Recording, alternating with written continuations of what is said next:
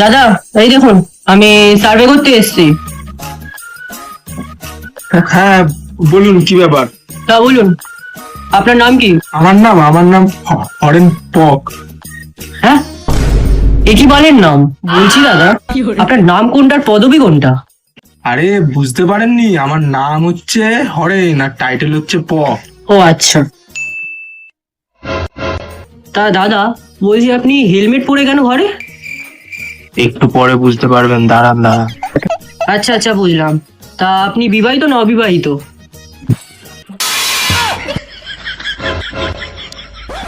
দাদা এবারে বুঝতে পারলেন তো কেন হেলমেটটা পরেছিলাম? ও বুঝে গেছি দাদা, আপনি বিবাহিত। আর কখনো কোনো বিবাহিত বাড়িতে আমি সার্ভে করতে যাবো না। দাদা তাহলে কোনোদিন বিয়ে টিয়ে করবেন না।